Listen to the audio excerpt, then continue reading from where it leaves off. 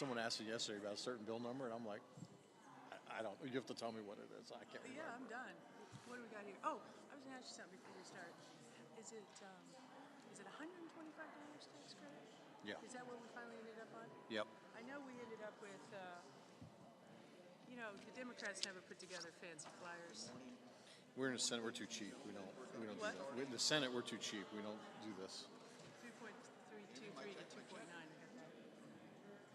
Let's see. I know it is weird, right? You feel like you're in an Oh, wait, they office. can hear me. Hello? Mic check, 1, 2, 1, 2, 1, 2. There we go. Everyone, we're going to ask that you take your seats. We're going to get started very soon. And a hush fell upon the crowd. Fantastic. All right, let's get started. Good morning to you. I'm Ron Drumore. This is the third and final. I'll kind of step away while they're working out the hum.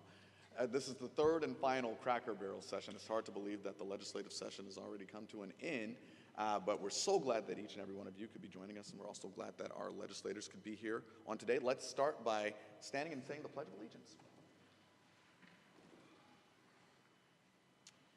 I pledge allegiance to the flag of the United States of America and to the republic for which it stands, one nation, under God, indivisible, with liberty and justice for all. And thank you so much.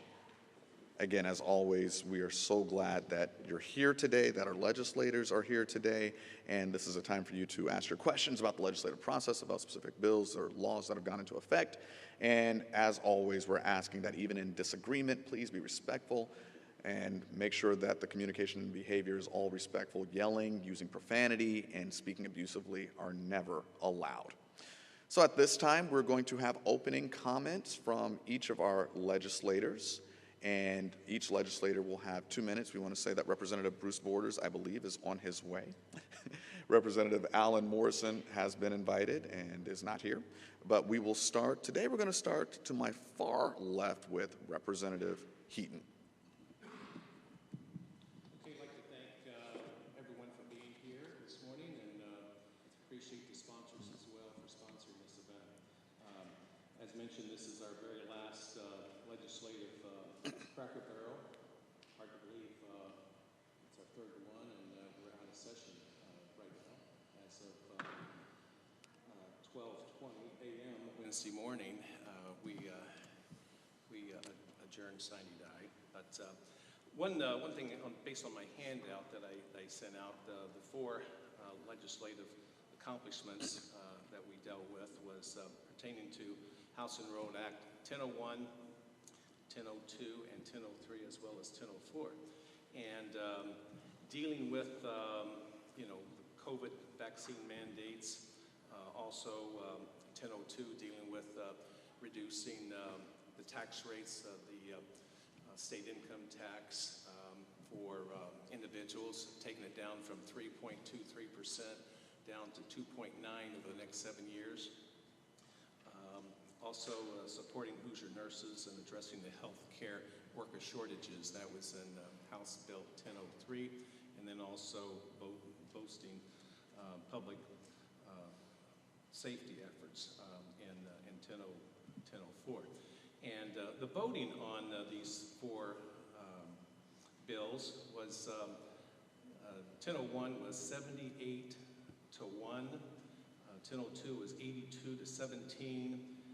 88 to 2 was supporting the nurses in 1003, and also boasting the public safety efforts was 94 to 2.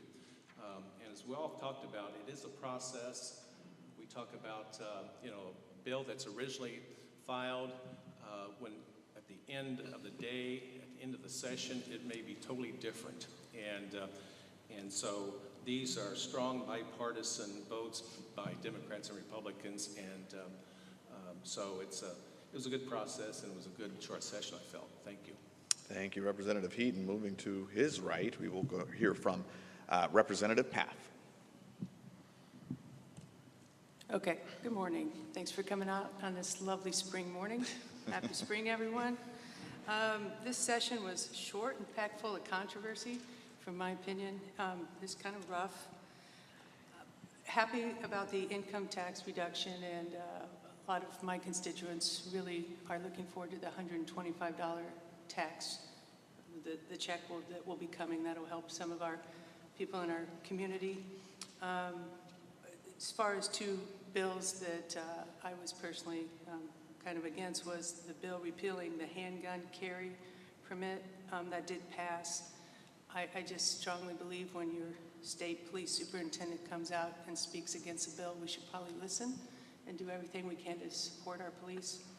But on the other hand, another bill that actually did not pass, which was 1134, that was, we dealt with that last Crackerbarrel, if you remember, a lot of questions on 1134. It did not pass. Once again, I just believe that when we make policy and laws for education, they should help retain and recruit teachers, not the opposite. So I was very happy that that left. We started the session, if you remember, with COVID, and now we're pretty much ending with Ukraine. And as a mother of an Air Force pilot in training, my son is in Enid, Oklahoma, learning to be a pilot. I, as well as many other people, are very concerned about our future. And I know prices are high, I know gas is high, but these are rough times. So sorry I can't be more positive other than Happy Spring. Thank you very much, Representative Paff. And finally, our lone senator on the dais, Senator John Ford. Well, thank you. Good morning. So this session, went by very quickly. Just some statistics, because I like numbers. We passed 177 bills, roughly 21% of all the bills filed. So 21% passed and potentially could become law. 92 from the Senate, 95 from the Senate, 82 from the House. 92% of those bills, 162 of those bills, passed on a bipartisan measure. 59% of them passed unanimously.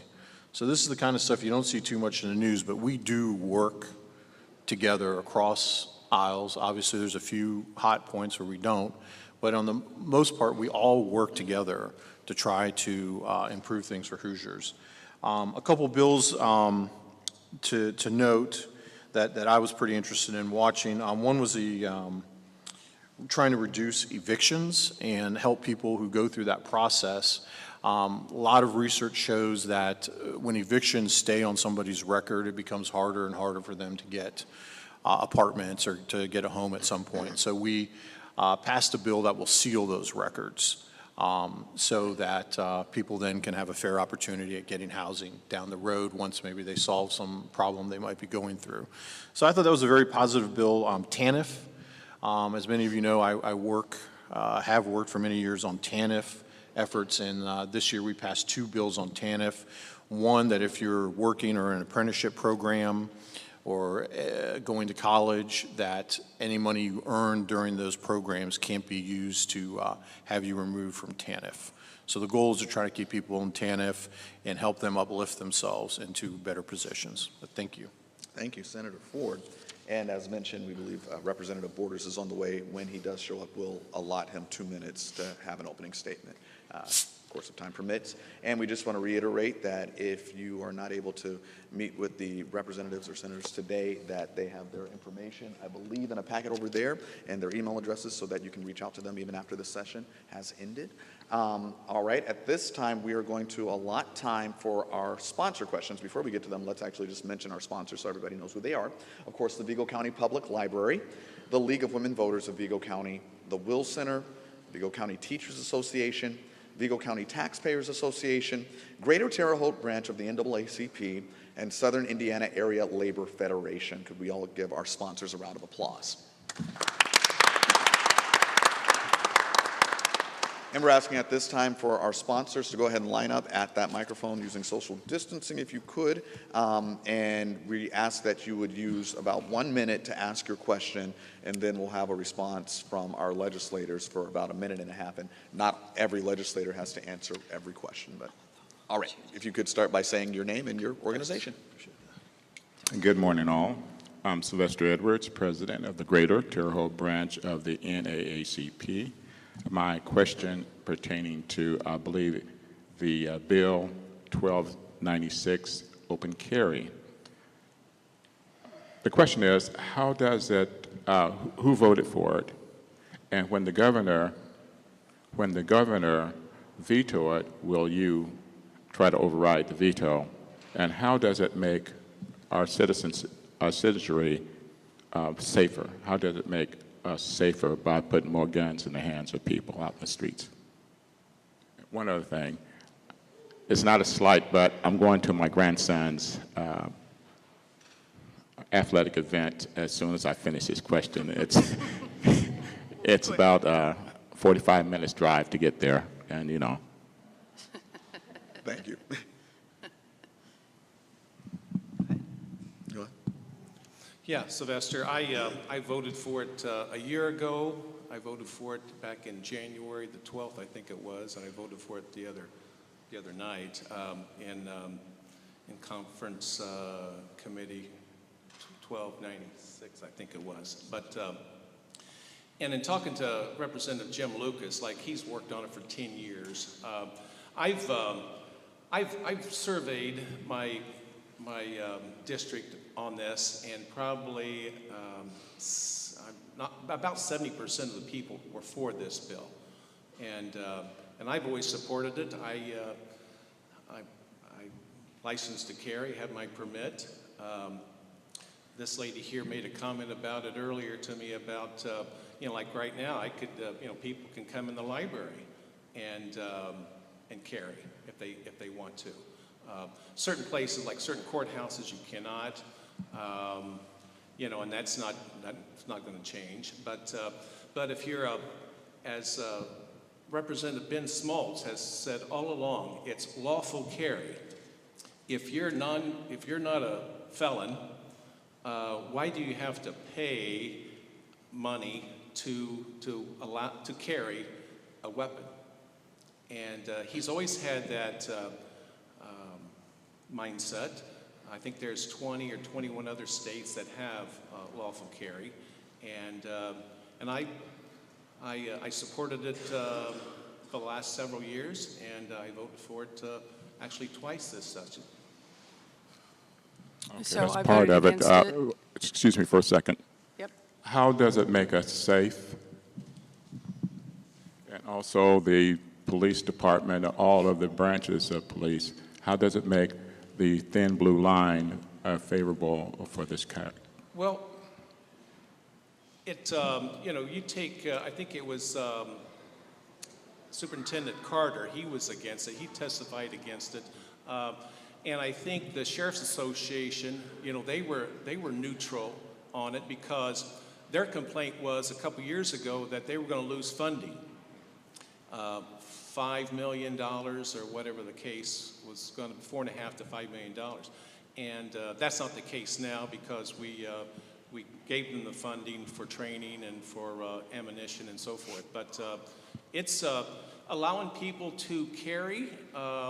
They still have to take a, when they buy a weapon, they have to, wherever they buy it, there's a federal background check and so forth. But allowing people to carry, to protect themselves, they're protecting themselves in doing so.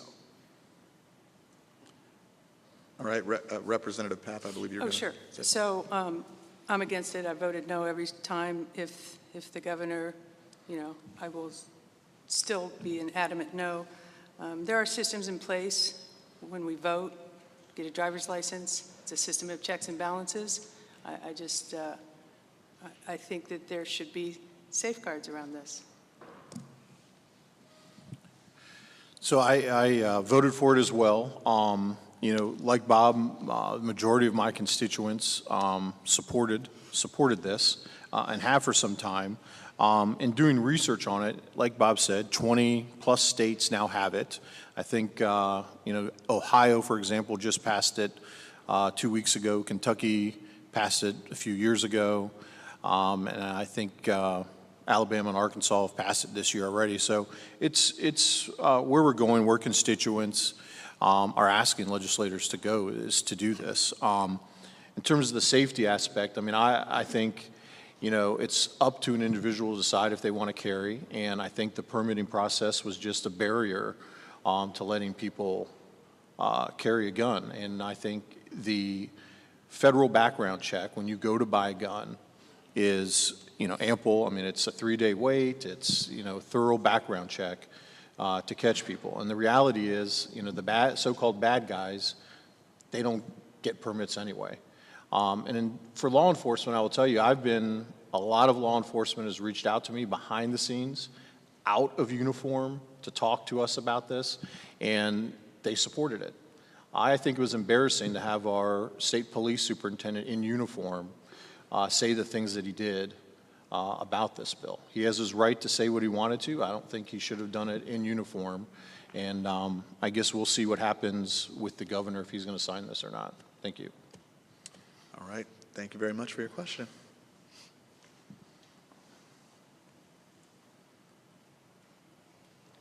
Good morning. I'd like to thank the representatives and our senator for being here, and Rondell for running the meeting, and of course the library for supporting this program. My name is Bill Trish. I'm president of the Southern Indiana Labor Federation. I'm also very active in the community with the United Way and the Terre Haute Boys and Girls Club. My question to you is, to each one of you, is concerning all the bills that have went through, which one did you think helped your constituents the most in our area? Thank you. Who would like to start with that one? Well, I'll start, but I don't know if I can narrow it down to one. But you know, make it 2 or 3. I don't care. Well, I like, you know, as you know, I like to do a lot of things in foster care and child welfare system, and I think we passed two important bills. One, a fatality report, so a child that passes away in the care of the state of Indiana. It's really been hard to get information from DCS on that, and so I've had coroners, prosecutors in my area really concerned about that. And so this year we got a bill passed that's hopefully going to lend more transparency to that. A second bill, we worked on base rates for child care service providers, so like a Gibolt. And what they're running into is their costs they're allowed to charge the state are based on, right now, based on 2020 costs. So it's a 2-year lag. So we are trying to shorten that lag in a review, because what's happening is mental health facilities are shutting down wings and closing off some of the spots because they can't afford to stay open, because if you can imagine, the rate of inflation, cost of labor has all gone up significantly since 2020. So I think that's also an important bill to help out places like Gibolt. Thank you. You can go next. Bill, I think one thing, and it pertains to House Bill 1002 in cutting taxes. I'd say taxes. When we have the surplus that we have, I think it's important to give back money to the taxpayers. And that was 1002, and that was voted on overwhelmingly bipartisan. So we're going to have potentially $5.1 billion in reserve come July. And so it's, as I tell people, I mean, it's your money anyway. Why give it to the government if when it's your money? And so we're going to return that money, and I think that's probably the most important one, and that was House Bill 1002. I agree with Bob, the taxes, and also I was thinking the 529 savings accounts for grandparents or parents that want to contribute money into a college savings account, and then coupled with that, the ABLE account, which if you are a parent of a special needs individual, you can put money into that account as well. So that's about all I can come up with. Okay, thank you for giving us your time. Thank you very much for your question. All right, at this point, if there are no more sponsor questions, we're going to open up the floor to the general public. And again, we're asking that you would come up to the microphone, please state your name, and then ask your question. You have a minute to ask your question, and then we'll let each legislator that it refers to respond. So go ahead. Don't be shy. Oh, are we over? Oh, okay, I guess we're done then. No, just kidding. Here comes someone. Are you going to the St. Pat's party tonight? Maybe, we'll see. If I take a nap while I'm watching basketball, probably. Sorry, I'm a little bit slow. My name is Bill Decker, and you were talking about legislative and passing things and like that. And I was wondering, you are our representatives, you're the voice of the people. What can we do to enforce some of the laws that are in place? I mean, like the castle law, stand your ground, trespassing, laws like that, I mean, it clearly says that no person in the state shall be placed in legal jeopardy of any kind whatsoever protecting another person, a third person, by reasonable means necessary. Is this rule not on the books anymore? Is it not honored? You get that one. Bob wants it. I mean, I assume that it's still on the rolls, and I think, I mean, if you have experience where that you've not been allowed to do that? Or a Yes, person has? I taken an Ambien and went to sleep. Somebody was trespassing on my property. They tried to run me over with the vehicle. Police came. I was arrested. And under the law, it says that no person should be in jeopardy. So I'm not understanding exactly what the law means or something. All I know is what I read in the statutes, and I know it was not honored. So I'm a little confused here, sir. I'm sorry, I'm disabled and everything. So. Well, maybe we could talk after this and get more details, because I mean, I think those stand your ground laws still are in effect here in Indiana. Okay. But I did. I'm happy to talk to you afterwards and get more information. Thank you, sir. Anybody else? Should I leave? No, you're okay. I think you're good. Thank you. sir. Thank you for your question. All right, other questions? You have another one? I'd say if you guys don't ask questions, then I'm going to have to come up with some, and that could be intense. Oh, we don't want that. Right, journalistically. I'm not letting them off the hook that There you easy. My name's Marie Thies. I'm an educator and also on county council here.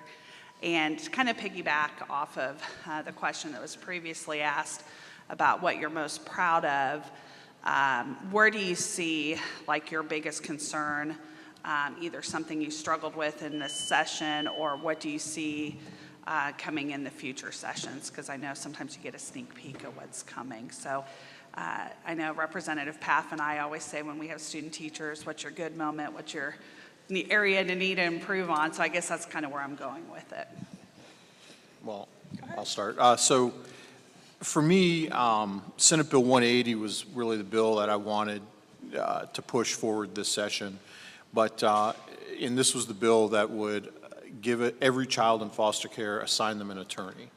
And going in, having worked on this with some state senators in Florida and Arizona, I thought it'd be relatively easy.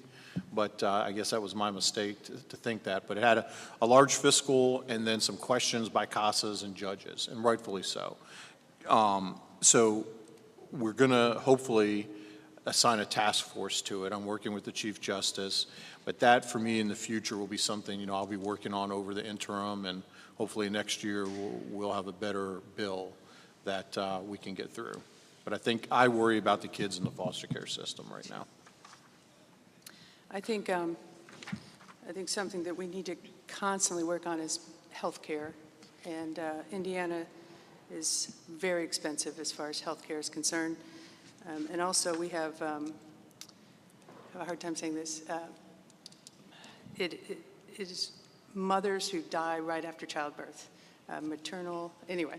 So I went to a seminar on that a couple weeks ago, and Indiana, again, is, I believe, 48th in that process. So I think as far as working Hoosiers, the struggle to pay for prescription drugs and health care and everything that's associated with that, we as a state need to do a better job of. Marie, I would say my district goes from here down to the west side of Bloomington. So it seems like in Owen County, an issue that always comes up is medical marijuana. And I know that some of my colleagues have filed that bill. I know a couple of them have filed recreational marijuana as well. I don't know about that, but I've mentioned several times in the last 7 or so years that I'm open to the discussion on medical marijuana. I think in a lot of cases it helps people.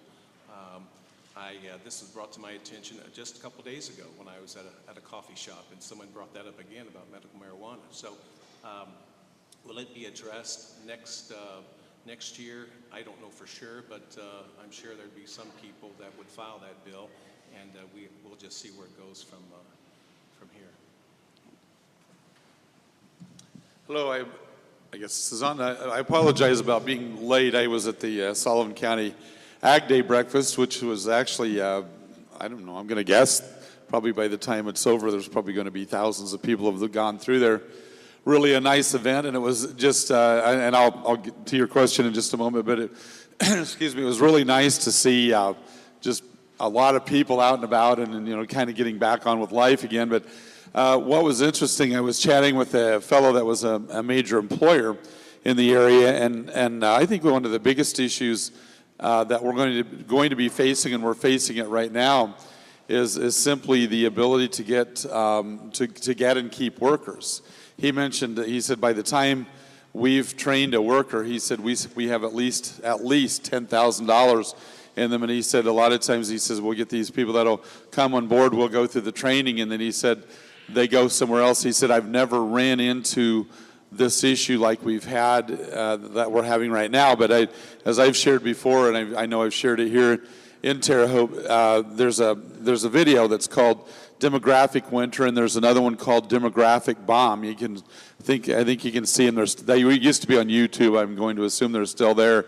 And the bottom line behind it is purely a mathematical situation. The fellow that produced it, I believe, had maybe a Nobel Prize in mathematics, or at least some type of a high honor in mathematics, and he predicted that the Japanese stock market, when it crashed back in the 1990s, he actually predicted within 6 months of when that would happen, and it had purely to do with the fact of the aging Japanese population.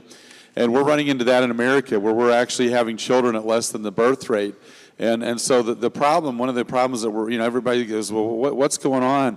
Why are we losing all these people? I know just this session alone, I went through, I believe, from just right before session started until session was over, like 4 legislative interns. I mean, I used to have a legislative intern that would be there for years at a time, and I went through 4 over a period of a matter of months. And so I think one of the biggest problems facing all of us, not just employers, but it's going to be whether somebody's in a nursing home, whether somebody's in a hospital.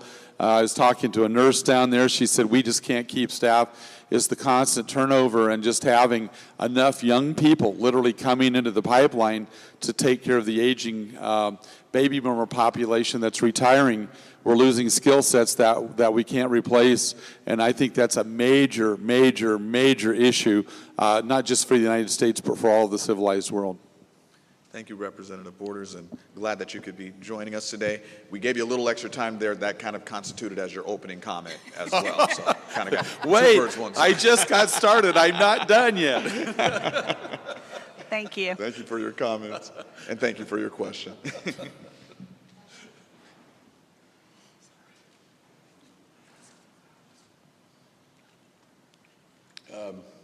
I'm Kevin Southwood. What gives the state legislature the rights to attack the people's votes?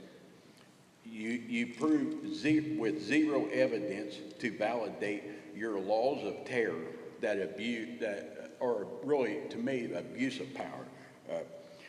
What gives this state legislature the rights to repeatedly attack our vote, while never ever do you legislators attack your own vote? Your rights from your own voting proves that you loathe the Hoosier vote. Yet by your own voting in Indy, Indiana rarely emerges from the 10 worst states in America, often in the bottom 5. So if votes need attacked, shouldn't a proven rating be attacked of the 10 worst states? long before a rating with zero evidence that you attack of the people. This is a conspiracy against federal election laws. It's against our rights to vote, not your rights to wage a war against the people. Not your rights, Hoosiers' rights. When will you observe Hoosiers' right to vote? Let's set a calendar date today as Hoosiers' Rights Day. Every year, Hoosiers pick 3 issues and vote to approve or deny. Once approved, we would see Indiana climb out of our worst states in America, and in 10 years, Indiana would be the best in the world. All right, sir, thank you so much. Your time is actually up for your question. Would somebody care to address that? Representative Borders. Sure. I'm not sure exactly what you mean by us attacking your right to vote, but what it sounds like when you mention about picking, Hoosiers pick 3 issues, then we vote on those as a society, and then I guess go into 3 more. I mean, that sounds an awful lot like California's referendum system. And I can tell you what, if you want to see a mess on the book of laws, look at California's referendum, where you get enough people signing on to a thing. And I mean, I think just quite frankly, the reality is the first thing is you would have a big fight amongst people over, well, what are the 3 issues we're going to vote on? And so I can tell you that I've not attacked your right to vote. I'm going to assume that May 3rd, when the primary is around, you're going to be able to, either then or prior to it, you're going to be able to vote on, what is it, November the 8th, I think, is the fall election, somewhere around there, 7th, 8th, something like that. You're going to be able to go and vote. So I'm not sure where you're, I guess I'm going to assume that you were talking to each one of us saying we attacked your right to vote, and I simply agree to disagree with you. All right, thank you very much for your question. Next question, please. Thank you. Hi, my name is Aaron Muchler, and first, Bruce, or Representative Borders, sorry. Bruce is fine. I wanted to point out that there is no Nobel in mathematics. It's actually the Fields Medal. I'm sorry? There is no Nobel Prize in mathematics. It's the Fields Medal. Okay.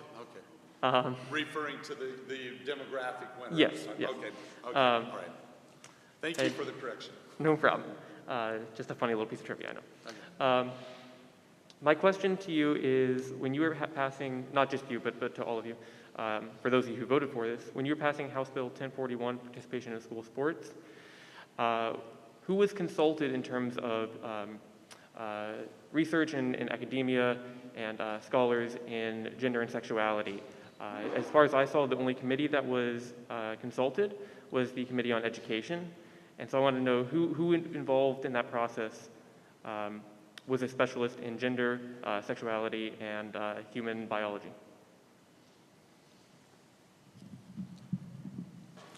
Well, Aaron, I was, as you probably know, I was a co-author of that bill, and the author was Michelle Davis, and as I mentioned to maybe this group last month, she and I talked about that last summer. It's, as she puts it, provides a level playing field for women's sports. She was, I don't know if she was Miss Basketball back in the early 90s, but or maybe the late 90s, I don't want to, but she got a full ride scholarship to Ball State University. And she felt that if biological males were competing against her at that time, she might not have been able to get a full ride scholarship to Ball State to play basketball. And she worked with the Indiana State High School Athletic Association. She talked to the NCAA. She talked to a number of groups over the last several months. And this was presented. It passed. I don't know what the number was in the House. And I believe it was passed overwhelmingly in the Senate as well. But it just allows a level playing field for for biological girls, competing against other biological girls. I mean, you said that in the last session. My question was there anyone consulted who is an expert in gender and sexuality and human biology? If the groups you mentioned are all sports groups. I don't know if Michelle talked to those groups or at all. Actually, ma'am, thank you, though. Thank you for your question. I'm Susan Edmondson. I'd like to return to the gun issue. Indiana ranks as the highest or pretty close to the highest in gun deaths in the country. So tell me again how people not having to have a license to carry a gun, because if, in my mind, if I'm here with just a gun and I open up, you just have your normal consequences. But if I don't have a license and I was supposed to, it's an extra layer. So it might keep someone like me from bringing a gun if I don't have a license. I've learned throughout my life that I'm not a good candidate to have a gun, so I don't have one. But tell me again how it makes us safer for anybody to be able to get a gun. I know the federal background check, however, keep in mind that in Florida, that young man that shot up the high school was expelled from school because he said he was going to shoot up the school. He went to counseling. He completed the counseling. None of that got reported to the FBI because it didn't go through the courts. And so he was able to, on his 18th birthday, walk into a gun shop, legally buy guns, go to the school, and kill a bunch of people. Those are the kinds of laws we need to change. But it bothers me that so many states are just saying anybody that passes the federal background check, which we know has flaws, can have a gun. So tell me how we're safer. I didn't really buy what you were saying earlier.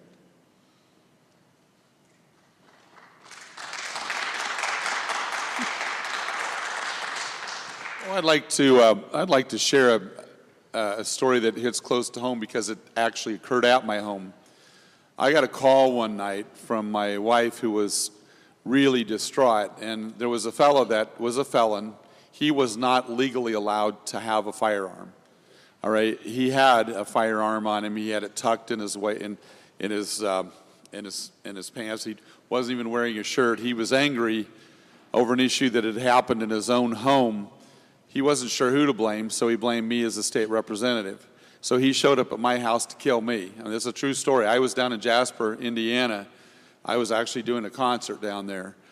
I could not obviously get there quickly enough to do anything about it. I was, an hour and a half away. I did, fortunately, as a state rep, quite frankly, I had the chief of police's cell phone number. I called him. And I said, hey, Ryan, I said, there's someone at my house looking to kill me. My wife is there with my daughter and her 3 sons. They were all young. In fact, they're still young. All right. Fortunately, Lola does have a license to carry a gun. She got it, and my daughter also has a license. All right. The police did come out. They ended up arresting him. But the point was, all right, and we've got first of all, we've got an officer here. Thank you for your service. But you, sir, will be the first to admit, you know as well as I do, you guys can't always get there as quickly as a situation merits. And I apologize about dragging you into this. He's my show and tell story here, but the fact of it is that law-abiding citizens have a right and should have a right to bear arms without having to get that license. And sometimes it's for their own protection. And in that case, again, she didn't have to shoot the man. He did end up getting arrested. But I can tell you from my own family situation, I think the law is constitutional, it was just, and it's needed. That did not address why a license would be a hinder. Why should somebody who is a law-abiding citizen have to get a license to bear an arm? Because all right, he Okay, did. so I've kind of been a little lenient. We can't really have a back and forth. Sorry. So if we want to continue a specific conversation with one of the legislators, we can do so after. It's very engaging, but we just have to allot for time. Would any of the other legislators like to address the question that was posed? I mean, I would say, when I look at the statistics, Indiana is not anywhere near the top 10 for gun violence or violent crimes.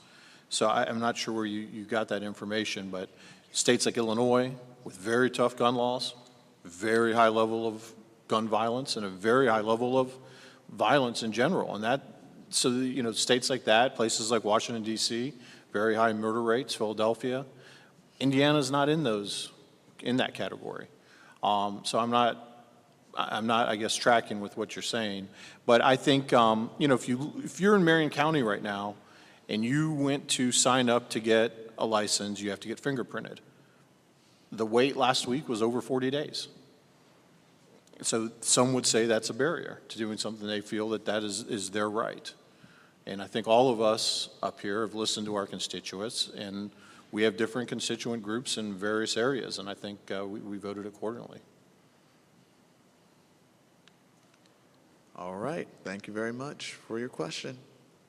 And again, just reiterating, if you would like to have more follow-up, there's information over there where you can reach out via email or leave some telephone numbers to the legislators. I know the session is over, but I believe you all still check your emails even during the break, most of you, so that's great news. All right, more questions. All right, I warned you, so now I have to ask one. And this is a softball one, but Representative Paff touched on it just a little bit earlier. The situation happening in Ukraine, just your thoughts as a legislator. I know that some things have been passed from an executive order standpoint from Governor Holcomb's office, but what are some things that you've seen during this session that address the issue in Ukraine, and what are some things that, from what you've heard, will be worked on should the situation continue in Ukraine from the Indiana legislative body? Whoever. Sure. So Representative Dvorak, he's from South Bend area, he got an amendment put in about Indiana doing business with Russia.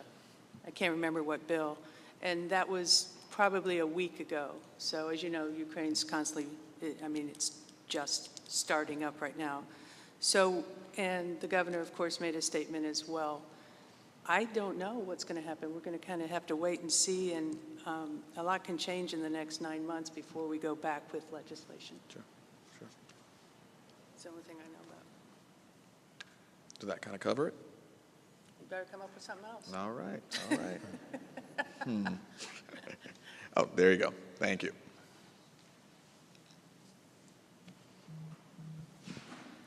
Hi, Connie Miller. I know that you all say that you're fiscally responsible, and so for the last few years I've been kind of trying to keep track of the charter schools and how they're rated and how you keep a financial accountability with them. And I know a couple of years ago we had the Indiana Virtual and the Indiana Virtual Pathway Academy, where they had absconded with like $65 million. So I checked yesterday, and finally the Attorney General has filed charges against the people who used fraud for those funds. And then I also wanted to check and see what the ratings were for the charter schools in Indiana. And I got through 100, and the first, half dozen seemed to have pretty good ratings, where the math and the reading skills were, comparable maybe to, or a little lower than the public schools. But the majority were like in the 10s and 20% for reading and for math. So what I'm wondering is, if you're fiscally responsible, why are taxpayers paying money to these charter schools, and who is accountable for making sure that they are teaching our children and that the funds are being used correctly?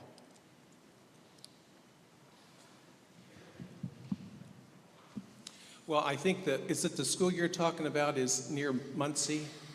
Yeah, it's in Dalesville. Dalesville. It's the one that was, they had to close the school because they were increasing or showing that they had enrollment, and then the kids had to leave without getting any credits. It was just a big mess. So what I'm wondering is, who was accountable for for keeping track of that? And why did it go on so long? I don't know. I think maybe the Department of Education had some oversight in that. I don't know for sure exactly who is responsible. One thing, when you talk about, as I mentioned to you earlier about charter schools, and they've been here for 20-some years, 21 years now. But, you know, so I think it was 11 years ago under Governor Mitch Daniels, we passed that the money follows the child. And so, again, charter schools are public schools. And so they don't get all the taxes as far as property taxes go, and they don't get quite as much when it comes to the per child that a traditional public school would get.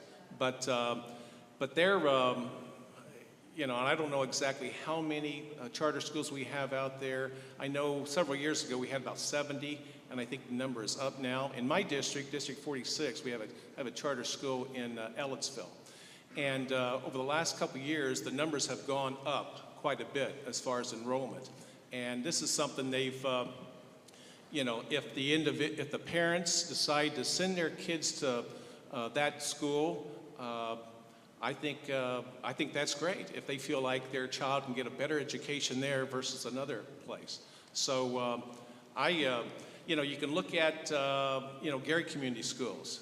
We addressed their situation about, I want to say 3 or 4 years ago, because they were down $121 million to the state of Indiana as far as spending money incorrectly and not going towards education there in the traditional public school system in Gary. Thank you. As far as accountability, I will say that my side is always trying to add amendments to bills that say, hey, if you're going to pass it for the traditional public schools, you also need to include charter schools. So I think the conversation is getting better.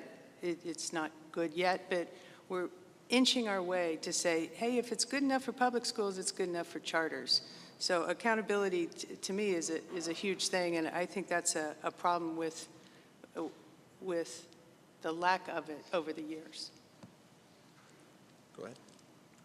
Well, one of the things that, you know, Bob had mentioned, you know, let's, first of all, you know, as he shared, a charter school is indeed a public school. In fact, what's interesting about it, the Rural Academy at Graysville, a lady that I know, she teaches there, and she used to hate charter schools. She taught in a traditional public school, and she now teaches over there. I was talking to her recently. I said, how do you like it? She said, I love it. I'm doing fine here, and she's doing an excellent job with the students. But one of the things I want to make clear is that the state didn't just, you know, come up, you know, wake up one day as legislators. We didn't go, well, let's just, you know, let's just poke the traditional public schools in the eyes because we love them and we want them to do as well because it's obviously our children and grandchildren that's where they learn at. But the bottom line is just like at Graysville, just like at Duggar, what it really had to do with was just a geographical situation and a demographic situation. There in Graysville, the people didn't want to lose their school. They didn't want to lose their identity as a community. And so I believe, and I can stand corrected, but I think this is accurate, that I think I've shared this before, when John Gregg was Speaker of the House, he was actually one of those that was instrumental in developing that charter at Graysville. At Duggar, when the school closed down, the parents all got together and fought and, you know, and got a school going there, which is growing like crazy. In fact, it's larger than it was as a traditional public school. So, again, it's not so much that the legislature decided that we were going to poke, you know, traditional public schools in the eye. The bottom line was the communities wanted those schools, and the parents fought to keep them there, and that was the way they could keep a school in their community was through a charter. I think some of that's probably true, but also the charter schools are for profit so much. charter schools too. Appreciate your question, ma'am. Okay. Yes. Good morning. I'd just like to make a follow-up comment regarding the gun permits. And you stated, I believe, the gun permits. And I believe that you stated that Indiana ranks only 10th in the nation, maybe for gun violence. Correct me if I'm wrong. But I think that any gun violence is too much. And according to two sources, Indiana ranks either 19th or 21st in gun violence. But in particular, I have an issue with that perspective because we live here in Vigo County. And in the last 10 years, there has been a lot of gun violence right here in this community. 3 police officers have been killed in this community in the last 10 years. Only 4 officers in Marion County have been killed in that time period. So we have an issue right here at home. So I think that there should be given a lot more compassion to those victims of gun violence, and not to say that Indiana is up there for some reason because they only rank 10th, which is incorrect. Thank you. Is there a response to that statement at all? All right, sir. Good morning. My name is Curtis Cummings. My question is for Representative Heaton.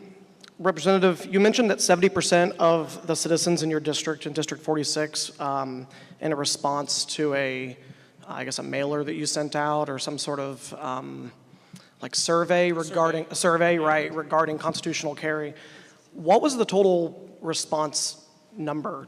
I mean, 70% of 100's not much, but your district has 52,000 people over the age of 18. So how many people did you actually did respond to that survey?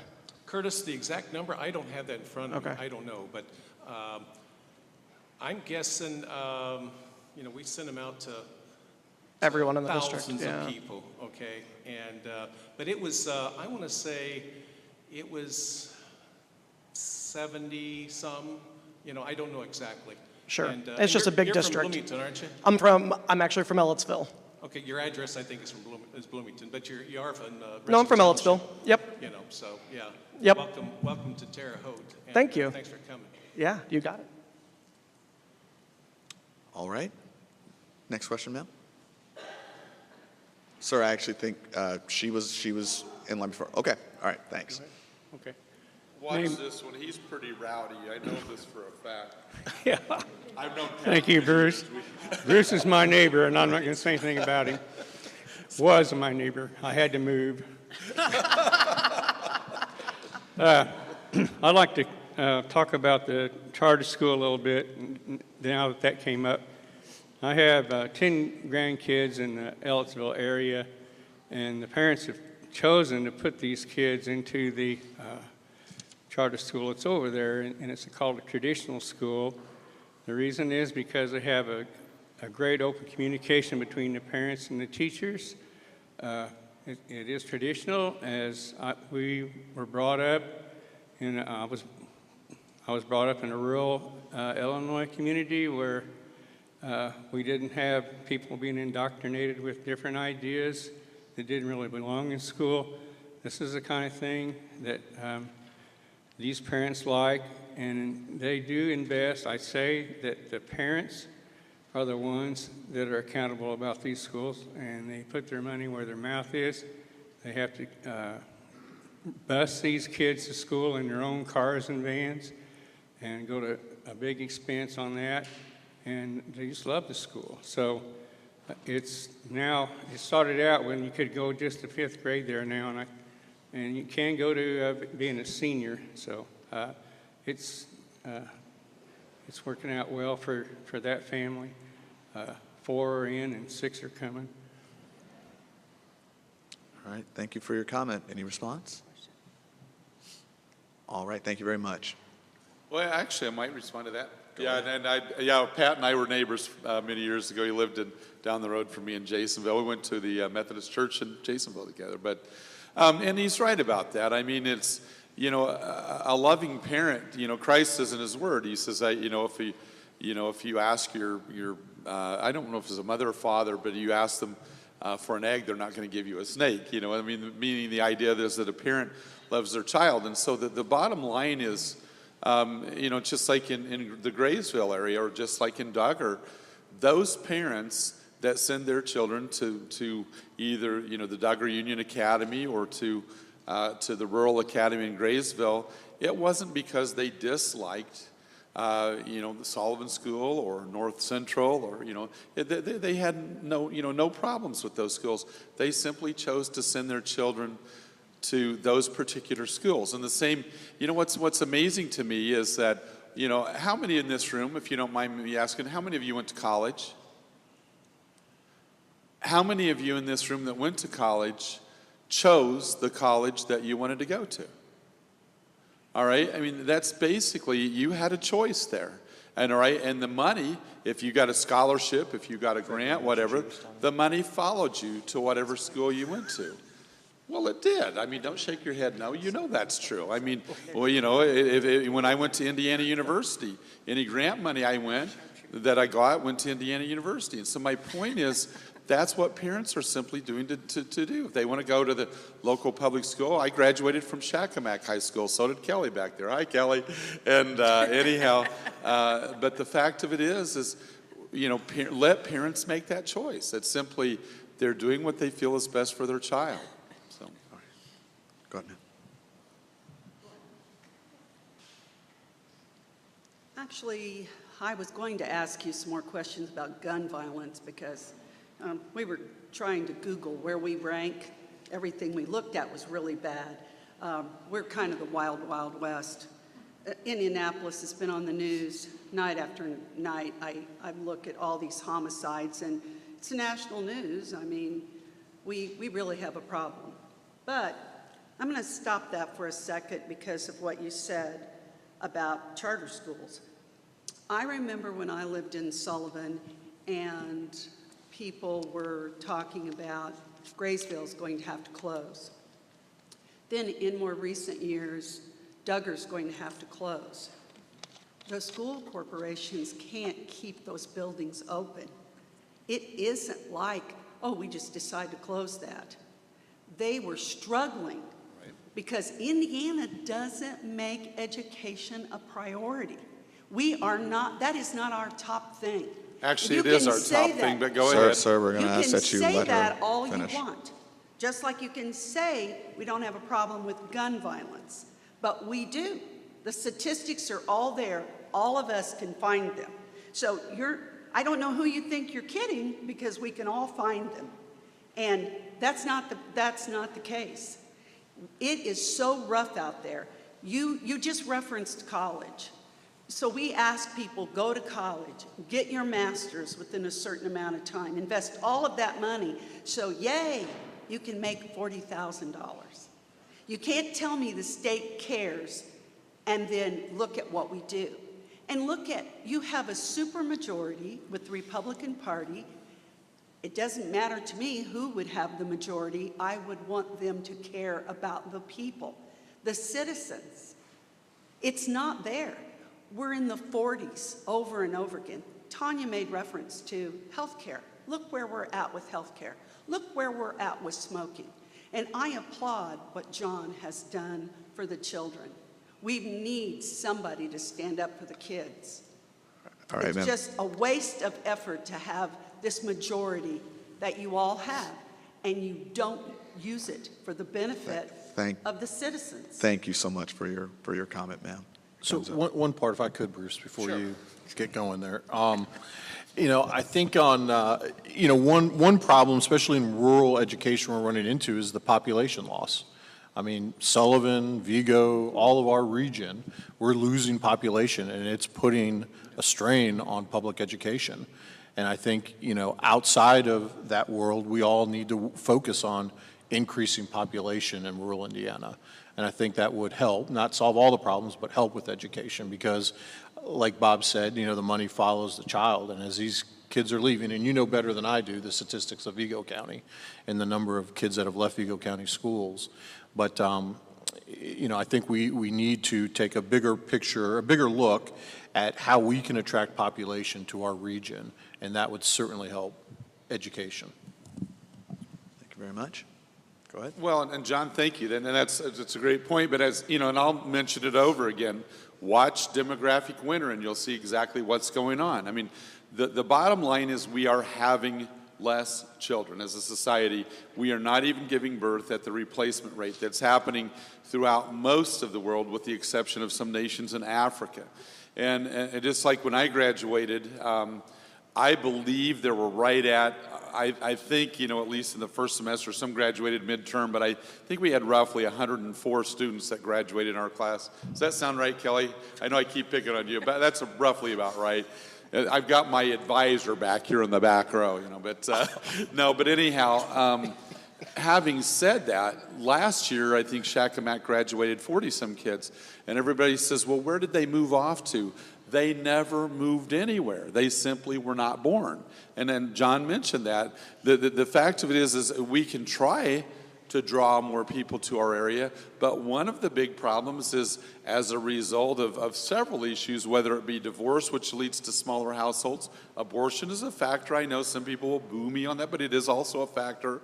There are many factors that are involved in smaller families, and the fact of it is they're not moving away somewhere else. They simply were never born. And so until we start having intact families and larger households, we are going to struggle with that issue, with shrinking school sizes, with shrinking population sizes, and it's an impact on our schools as well.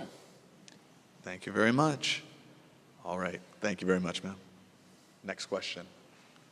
Sir, we're going to go ahead and have, because you've asked a question before, we'll have Matt before, if you don't mind waiting. Thank you so much. Thank you. My name is Jane Morse. I've been sitting here listening to you talking about public education and quoting over and over again, well, the money follows with the child. Shouldn't it be abandoned and make it a system where the school is adequately supported so that all the children in it get a good education, no matter where it is in the state, and allow, you know, you obviously will have some problems in consolidation, but and that should happen so that the building can serve as many students as possible, and that does mean some students have to travel a minimum distance to a school. But you, in rural areas where the population isn't great enough to have a large school, you just build the building, have small schools, make sure the teachers have good salaries and the kids get a good education. If you want to draw business to Indiana, you have to have educated children.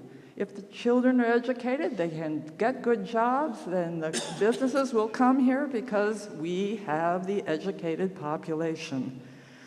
The problem is our education system is not what it could be. Representative Path, yes. Thank you, Jane. Well, as you know, I'm a big supporter of public education, but so I'm often very confused about how Indiana keeps talking about workforce. Absolutely. Economic development is a key priority for most of us up here. And, you know, jobs is a huge thing for our district, but it's tied to education. You want a smart workforce. You want people to show up to work. This is what we do as high school teachers. We train them to show up, do what they need to do, work hard. So to me, it is all together. And so what's happened is as the focus has been put away in the last 15 years and money has been diverted to different sections of education, as you know, we're having a hard time getting teachers in for $40,000 a year when they can graduate with a degree and go work in a business sector and sometimes make 2-3 times that. And so it's all wrapped together, and thank you for paying attention, and thank you for your comments. I completely agree with you. I'm just not sure where we're going to go forward from here. Go ahead, yes. Yeah, when it comes to, you know, the money follows the child and funding of public education, as well as traditional public schools, but also charter schools and also virtual learning and so forth. But you look at our state budget, you know, every 2 years we would pass in the long session a budget like we did last year. 3 years ago, we passed that $763 million went towards education. Last year, it was, I think the number was over $1 billion went towards education. When you look at the budget, when you kick in higher ed, you're looking at about 2/3 of our budget goes towards education. That includes Ivy Tech, it includes Vincennes University, because it's important that everybody gets a good quality education to eventually, you know, have a very productive life, good job, and hopefully they stay in here in Indiana. So when you look at the budget, a lot of money is going towards that. All right, thank you very much for your question. Okay. Good morning. I wasn't going to be commenting today, but I thought more about this. My name is Sarah Dillon. I'm the coordinator of the local Green Party chapter here. In regards to the decreasing jobs around here, how many people are moving out of our area, it goes back to something I'm trying to remember exactly. It's because, and I've dealt with this for decades, ever since I was in college, there's not a lot of good paying jobs around here. Most of your jobs are like retail, fast food, that doesn't pay like minimum wage, living wages, and that kind of stuff. I think we need to focus instead, and we're a little elephant in the room, we're focusing on what would be called a tourism economy, but we've seen COVID, we've seen the RFRE debacle from a few years ago. That kind of economy doesn't really work. I think we need to focus on like a Green New Deal, attracting good paying jobs first before we think about the outside market. And that's been developed for years. That's all. Yeah, I would, say to that, I think, there are groups in our region focusing on bringing, better jobs. I mean, probably a good example might be this, the F-35 project a few years back, where we were looking at bringing some more planes out to the airport. And some say it's an unutilized asset that we have in our community. Two of the areas we kind of got dinged on was housing, not enough housing in our community, and not enough workforce. So I think really, we're at a kind of a crossroads where we need to increase our population so we can get the jobs to come here, because time and time again I hear from potential employers that when they look at us statistically on paper, we don't have a huge workforce. And a lot of that goes back to education. We have a high number of people in our community that don't have a high school degree. And it's very hard for people without a high school degree to get up. So that's where programs like TANF and other things in place, if we can get people into those programs and skilled up and trained up, they'll have more opportunity for jobs, and we'll be able to help attract them here. Thank you. One of the things that, in regards to that question, the employer I was speaking with today, he had a pamphlet that was at his table, and they were starting people with no skills at all at over $19 an hour. And he said, and even at that, again, once we go through the $10,000 worth of training, he said a lot of them leave after we've spent $10,000 because somebody offers them more money. There's a billboard that I pass all the time when I cut the back way through from heading over towards Mooresville, and sometimes stop in the Menards there to pick up something on the way back from the State House and cut through. And they're starting people at over $25 an hour. So, and some of you may say, well, that's still not enough or whatever, but my point is, these are starting salaries. Those aren't ending salaries, and those aren't a bad starting salary. My son, who graduated from Indiana State University, magna cum laude in marketing, he actually, I won't say his wages, but they were phenomenal last year, and he had become the assistant manager of East Glacier National Park, and he went to actually being a waiter in a very high-end restaurant, and he does better than some local family physicians in this area, quite frankly. And so my point is, there are jobs out there, there are jobs that pay well, there are jobs that may not start where you want them at, but you can grow in those jobs. And so I'm not one of those that says, well, if government would just simply come up with the right magic formula, then we'll achieve it. What I think is that people need the liberty to go into whatever the field is they want to go into, let them grow in it, and they can make a good living in this area as well.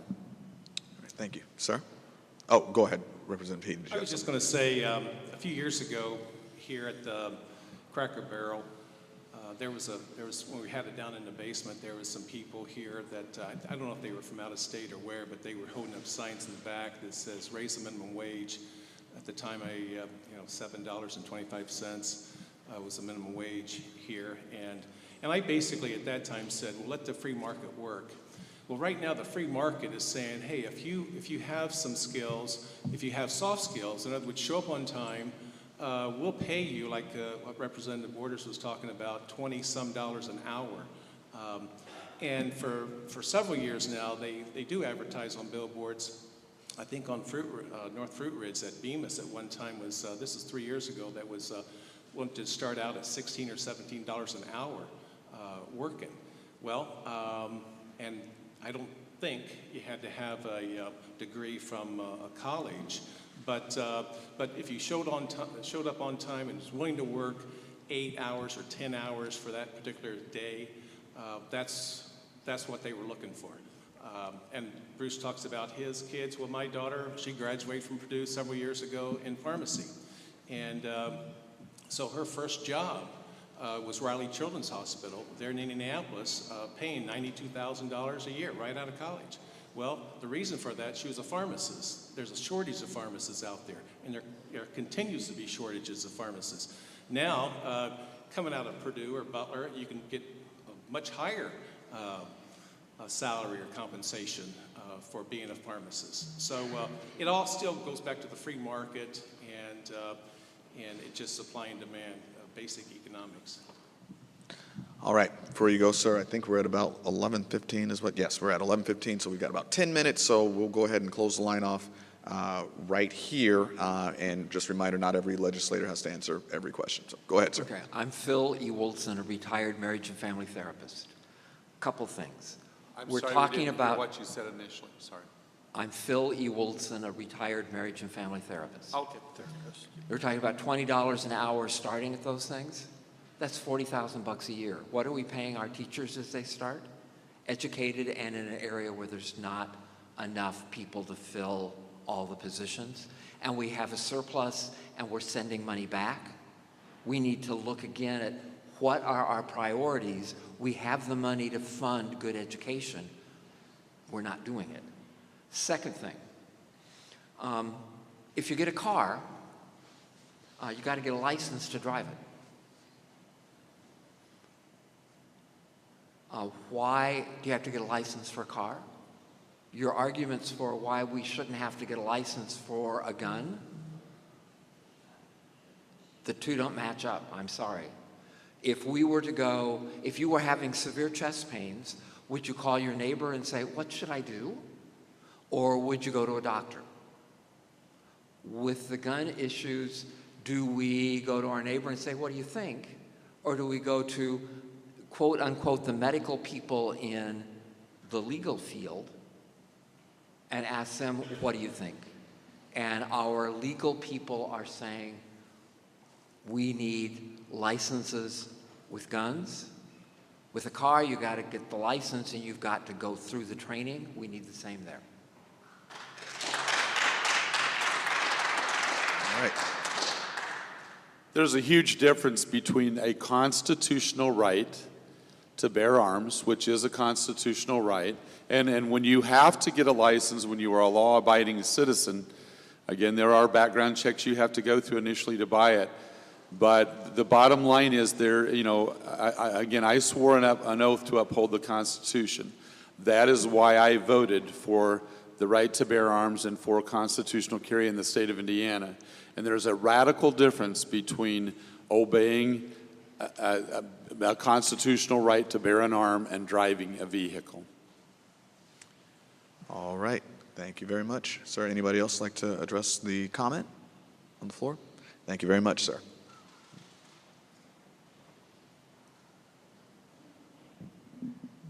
I'm Diana Johnson with Southern Indiana Area Labor Federation, among other organizations that I'm in. We talked about the declining birth rate, and Representative Board's correct on that, the problem with finding enough qualified workers for jobs. But one of the issues that maybe the legislature could help with this is I see a big need for more and affordable child care. I have known people who have limited the size of their families, who one of the parents works maybe part-time or not at all, simply because good quality child care is very expensive. And I think that, I don't know if you passed anything this session that had to do with that, but I think if you would look into that issue and support these families, that not just at the lowest end of the income set, because there are subsidies out there for those people, but for the people in the middle class who really struggle to pay their child care. I've known people that could not afford to work because the child care was more expensive than what they would be getting paid at their jobs. So I don't know if there's any proposed legislation that you would want to look at for next year that you passed this year, but I think it would help with the economic situation if you could look at that issue. Yes, Representative Path. I know that on my side, we put 3, 4, I voted on at least 4 or 5 amendments on trying to address child care, and it was voted down. I have 4 children, so one year, 3 of them were all in child care, my own fault, but it took almost, it's a third of my salary as a teacher. So I completely agree with you. We need to, if workforce, you know, I constantly hear that we can't get workers, and that is a huge issue. You need to help us, help people find child care facilities and daycares, and again, that's what's going to help us economically. I agree with you. Thank you. Yeah, I agree as well. I mean, pre-K is something we need to really, in other forms of child care, we really need to look at. I know at local level, I think Vigo County Schools has been working with United Way to create some more opportunities here. But I do think at the state level, it's being talked about, and I think COVID has showed us that it's more important than we probably ever thought. And we're certainly hearing it from employers that we need to find solutions for child care. Thank you very much. All right, sir, last 2. Go ahead. You know, a lot of people bring up different ideas. I really think that the Crackerbarrel station, you know, if we focused on one idea, you know, one problem, and we tried to, you know, solve it, you know, we might be able to solve one problem at a time. Like a Crackerbarrel station, you would talk about abortion rights, voting rights, poor affordable housing, health care needs, you know, affordable child care, you know, marijuana. You know, you could talk about these. Everybody could know what they're going to talk about the next meeting, and then everybody would have a total concentration on solving one problem at a time. And then you guys would have, you know, like if there's 20 people that spoke up, every time that 3 people spoke, they would get like a clap, like they liked the second person's idea is the best. Well, then you would have an idea at the end of the session that this idea for solving this problem was more or less unanimous on trying to solve that problem. Now you guys have ammunition to go back to the state legislature to either you want to deny the people a chance to fix their problems, or you want to try and improve that. And then the next meeting, you guys would say, I voted against your ideas or I voted for your ideas. All right, thank you, sir. Thank you very much. And last word, sir.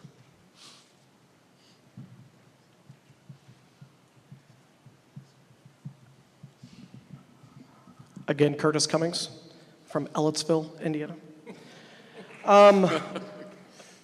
Representative Heaton, 2 years ago you ran unopposed, yet you still raised nearly $100,000 with 74% of those donations coming from large corporations and special interest groups. My question for all four of the representatives and senators on the panel would be, if you're up for re-election this year, would you commit to not accepting corporate money to your campaigns?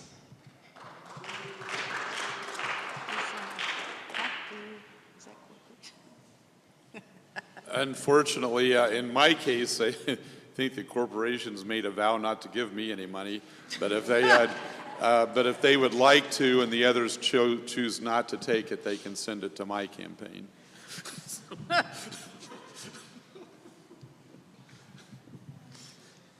Well, Curtis, I'm out here going to start raising money here in a week or two. I don't know about you. You'll probably have some campaigns to run. I don't know. I'm here as a citizen today. Are you? Yeah. Well, I know, but maybe next week you might not be. I don't know that either.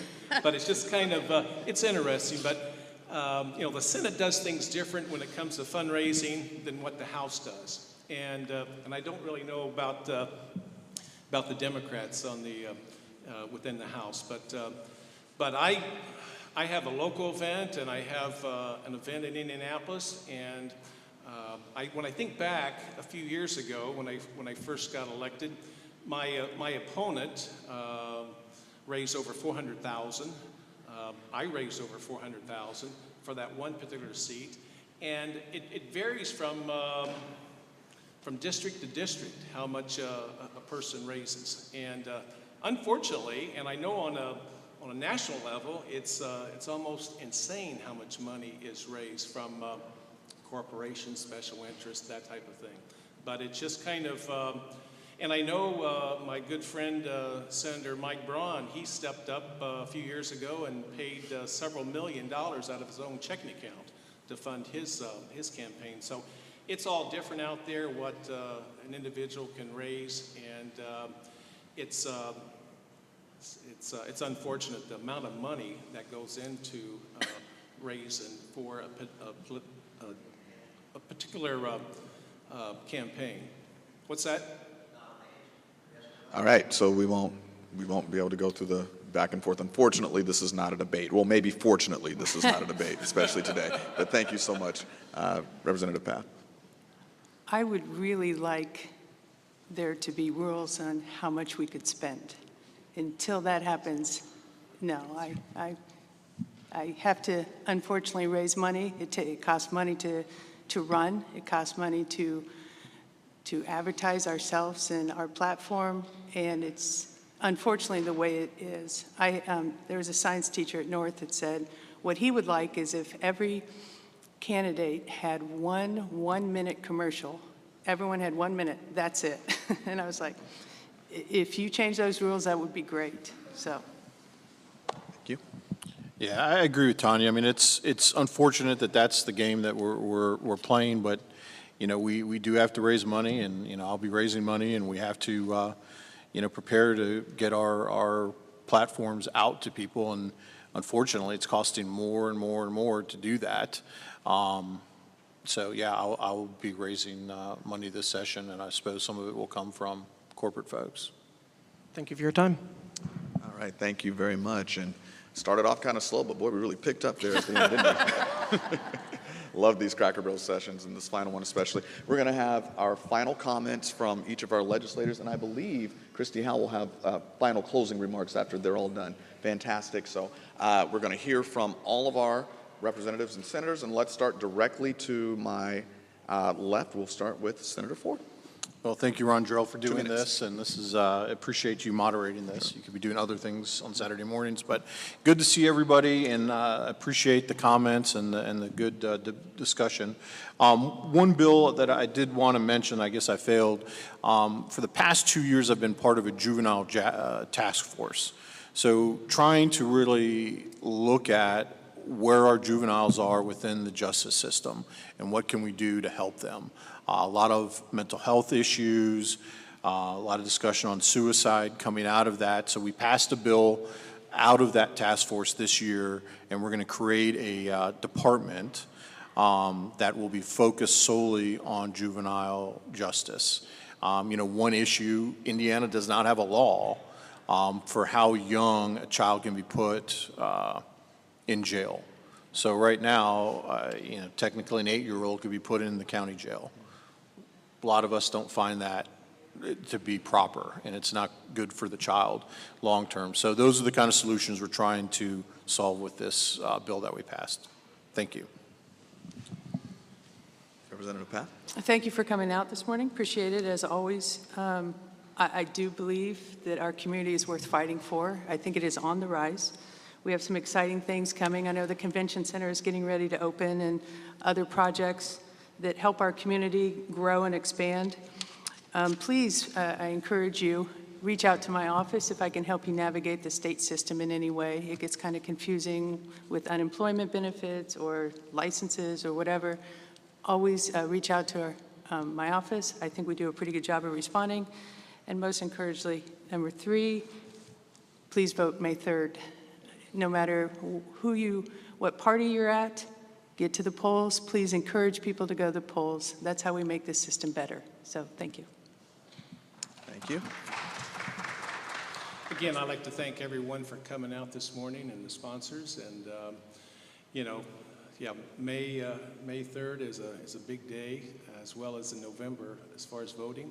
And I always vote early, and I'm glad that we have an election process that you can vote, I think, 28 days before the actual date itself on Election Day. Instead of Election Day, it's election month, what it boils down to. And I encourage everybody to get out and do their part and vote in the upcoming primary and general elections. Thanks again for being here. Thank you. One of the things that I've often said over the years is that at the State House, it seems like everybody there has a lobbyist except for the taxpayer. There are so many things that, well, the government ought to do this, the government ought to do that, and I need this or I need that. And yet, as long as somebody else is willing to pay for it. And I love what Walter Williams, the great economist, he's went home to be with the Lord a number of years ago, but I loved what he said. He said that the best definition of economic fairness that he can come up with is, you keep what you earn, I'll keep what I earn. And I realize that we do have some things that we need to pay for as a society, but if you look at in the past at our nation's history, government has grown way, way, way too big. And I always fight for people to keep money in their pockets. And whether it be food and beverage taxes, which I always vote against, no matter what, if you look at all the list of taxes that just keep tacked onto things, it's ridiculous. And so the bottom line is, I really do want you to keep the money that you earn. And for those of you that want somebody else's money, well, then what I would suggest is that you go around and you ask them, will you make a donation to me because I want this or I want that? Then let's just see how much they love big government. So I do support small government. I vote that way, and will continue to vote that way. Thank you. All right, thank you. And with that wraps up our third legislative Cracker Barrel session. We're going to have closing remarks from the Executive Director of the Vigo County Public Library, Christy Howe. Good morning, everyone. Thank you for being here. I mentioned last month that it is one of the strategic objectives for the Vigo County Public Library to champion positive civic engagement, that our communities are stronger and they're better positioned to thrive when we hear from diverse voices and when people are informed and engaged in the process. And that's what you've been doing this morning. And for that, you have my thanks and appreciation and my encouragement to continue acting in that way. I would also like to thank our legislators for being here and for participating in this process as well. Personally and professionally, I sometimes find myself in agreement or disagreement with the legislators that are here today, but they always engage, they listen to my thoughts, they explain to me their thoughts, and I'm appreciative of that back and forth that we're able to have with our local elected officials. I also take a group of library staff to the State House each year. All 4 of these folks made time in their day to meet with us, as did Representative Morrison. So I'm very appreciative of the fact that our legislators are engaged with their local community, and I feel that's an essential part of working towards a greater collaboration in our civic engagement. So thank you all for your role in this work. I'd also like to thank our moderator, Rondrell. He comes here of his own free will on Saturday mornings to facilitate for us and to help us navigate, time clocks and disagreement and things, and he always does an outstanding job. So Rondrell, we appreciate you very much. Lastly, I just want to encourage you to continue to engage in the process. While legislative session is taking place, we were all very actively engaged and informed about bills as they were moving through the different chambers. But at this point now is the time to start having conversations with your legislators about what's next, to start doing research, also to start engaging with the next round of elections, and we will be doing our part here at the library to help provide you with information on various candidates for office. We will be a polling place for the primary on May 3rd, so know that you can always come back and vote here on Election Day. And we will also be relaunching our Vote Vigo effort as we approach the election, and that is a nonpartisan social media resource that's available for you to find out about the candidates running for office in advance of the election, but we'll also be providing live updates from each polling place on Election Day so that you know where you can quickly get in and out and cast your vote. So thank you for being here. Thank you for being engaged in the process. And as one of your taxpayer-funded institutions, we're glad to be delivering services back to you, our community. So thank you.